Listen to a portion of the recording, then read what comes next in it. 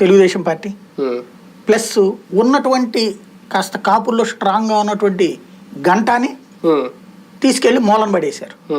ఏం మాట్లాడిన చినరాజప్పని పేరు కోసం డిప్యూటీ సీఎం ఇచ్చారు. తెలుగుదేశం హయాంలో powerful minister except Chandrababu Lokesh ఎవరున్నారు? నారాయణ.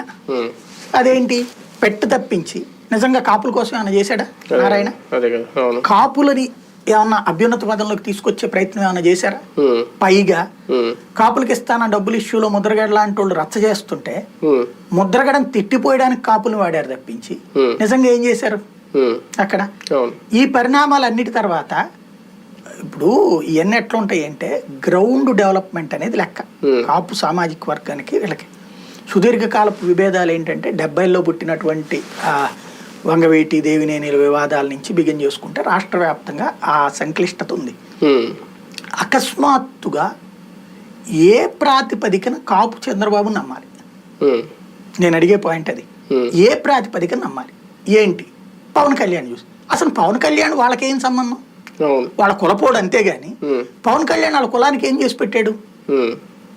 కాపుకి ఏం చేసి పెట్టాడు? రంగా చచ్చిపోయినప్పుడు ఏమైనా పవన్ కళ్యాణ్ తోడు ఉన్నాడా? ముద్రగడ పద్మనాభం గొడవప్పుడు ఏమైనా పవన్ కళ్యాణ్ తోడు ఉన్నాడా? లేదా కాపులకు సంబంధించి ఏదైనా ప్రయోజనం చేసి పెట్టాడా? ఆ కాపు క్యాస్ట్ కార్డుతో పవన్ కళ్యాణ్ చిరంజీవి సినీ రంగంలో బతికారు. ఆ కార్డుతో వాళ్ళు బ్రతికారు.